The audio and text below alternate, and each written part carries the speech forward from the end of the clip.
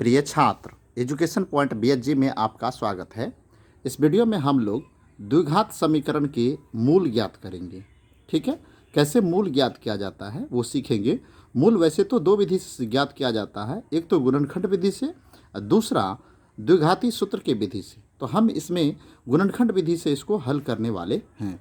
चलिए देखते हैं कैसे हल होता है। तो सबसे पहले इस द्विघात समीकरण को यहाँ पर उतार लेते हैं।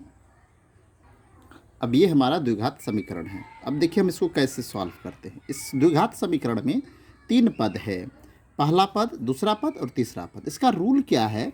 सबसे पहले पहला पद और तीसरा पद को गुना करना है। तो देखिए यहाँ पे संख्या क्या है? 3, यहाँ है 2।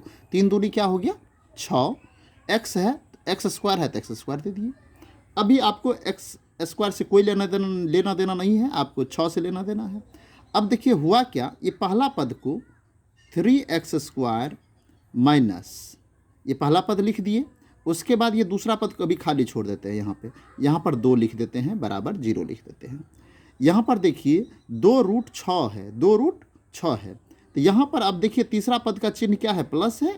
तो प्लस मतलब जोड़ करके इस जो दूसरा पद है इसको 2 भाग में बांटना है। कितने भाग में? 2 भाग में बांटना है। इसको 2√6 को 2 भाग में बांटना है। 2 भाग में इस प्रकार बांटना है कि जोड़ने पर 2√6 पूरे। अब आप कहेंगे जोड़ने क्यों? क्योंकि तीसरा पद का चिन्ह है प्लस, इसलिए जोड़ करके 2√6 होना चाहिए और गुना करके 6 होना चाहिए। ये ऐसा कब होगा? जैसे 2√6 है तो हम इसको 2 भाग में कैसे बांट सकते हैं? देखिए समझिए। तो √6 और √6 यदि हम इसको प्लस करेंगे तो ये हो जाएगा 2√6। होगा कि नहीं होगा?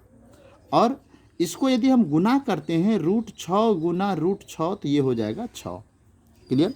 गुना करके इतना होना चाहिए और जोड़ करके इतना होना चाहिए। देखिए तो जोड़ेंगे, इस दोनों को जोड़ेंगे तो इतना पड़ जाता है ना, इसलिए यहाँ पे लिखेंगे √6। अब आप कहेंगे यहाँ प्लस क्यों नहीं दिए, माइनस क्यों दिए? क्योंकि इसके आगे माइनस है और हमको जोड़ना है, तो जोड़ने के लिए समान चिन्ह होना चाहिए और समान चिन्ह रहेगा तो कभी नहीं जुटेगा, इसलिए -√6x माइनस √6x होगा। अब देखिए यह 4 पद बन गया, 1 2 3 4। अब 4 पद में ये जो पहला 2 पद है इस दोनों पद में से कॉमन लेना है। तो कॉमन क्या लेंगे? यहाँ तो देखिए x तो हमें समझ में आ रहा है, x हम कॉमन ले लेंगे। लेकिन यहाँ पे आप देख रहे हैं 3 है, तो इस संख्या में तो नहीं पता चल पा रहा क्या लेंगे। तो इस 3 के जगह पर देखिए हम क्या लिखते हैं। आप पहले रफ में समझ लीजिए कि इस 3 को हम इस प्रकार से लिख सकते हैं, √3 गुना √3। ऐसा लिख सकते हैं या नहीं लिख सकते हैं? इस प्रकार से हम लिख सकते हैं। तो यहाँ पर हम 3 के जगह पर लिखेंगे √3 गुना √3 एक्स स्क्वायर। क्लियर? समझ गए? अब यहाँ पर देखिए √6 है तो हम √6 को हम ऐसे लिख सकते हैं, √3 गुना √2। क्लियर? तो इस तरह से हम यहाँ पे लिखेंगे √3 गुना √2। इसको कोष्ठ में देते हैं, यहाँ पे x देते हैं। इसका आप समझ चुके होंगे। अब यहाँ पर देखिए ठीक उसी प्रकार यहाँ पर भी हम लिख रहे हैं। यहाँ जैसे इसको किए उसी प्रकार इसको लिखेंगे। तो √3 इंटू √2x प्लस, अब आप ही देख रहे हैं 2 है तो 2 को जैसे हम 3 को लिखे थे 2 को भी हम ऐसे लिख सकते हैं, √2 गुना, यहाँ पे देखिए √2। यहाँ ध्यान से देखिए, बहुत ही इंपॉर्टेंट सवाल है, ये नहीं बनेगा ऐसे। आप यदि थोड़ा सा भी ध्यान मिस करेंगे तो नहीं बनेगा। इस 2 को हम लिख सकते हैं √2 गुना √2। थोड़ा सा यहाँ पे लाइन इधर से खिंचा गया है, थोड़ा ध्यान रखिएगा। तो अब आप देखिए यहाँ पे कॉमन लेंगे तो यहाँ पे देखिए इतना करने की आवश्यकता नहीं है, सिर्फ हम समझाने के लिए इतना कर रहे हैं। अब आप देखिए √3 इसमें भी है, √3 इसमें भी है। क्लियर? तो √3 इस दोनों में है तो हम √3 को कॉमन ले लेंगे। अब देखिए x इसमें भी है और x इसमें भी है, लेकिन यहाँ पे 2x है, यहाँ पर 1x है, तो दोनों में जो होगा वो लिया जाता है। तो x इसमें भी है, 1x इससे ले सकते हैं, 1x इससे ले सकते हैं। यहाँ पे √3x लेंगे। अब आप देखिए 2√3 था तो √3 से √3 में भाग देंगे तो 1 √3 कट जाएगा, 1 √3 बचेगा, तो 1 √3 बच गया। x है तो यहाँ पे x लिखेंगे। 2x था तो 1x बाहर आ गया। अब माइनस, यहाँ पर देखिए √3 तो बाहर आ गया, बचा क्या? √2, यहाँ पे लिखेंगे √2। क्लियर। एक एक्स था तो एक एक्स तो बाहर आ गया। अब यहाँ समझिए, इसमें यहाँ देखिए माइनस है तो हमें माइनस कॉमन लेना पड़ेगा। अब यहाँ देखिए माइनस तो ले लिए।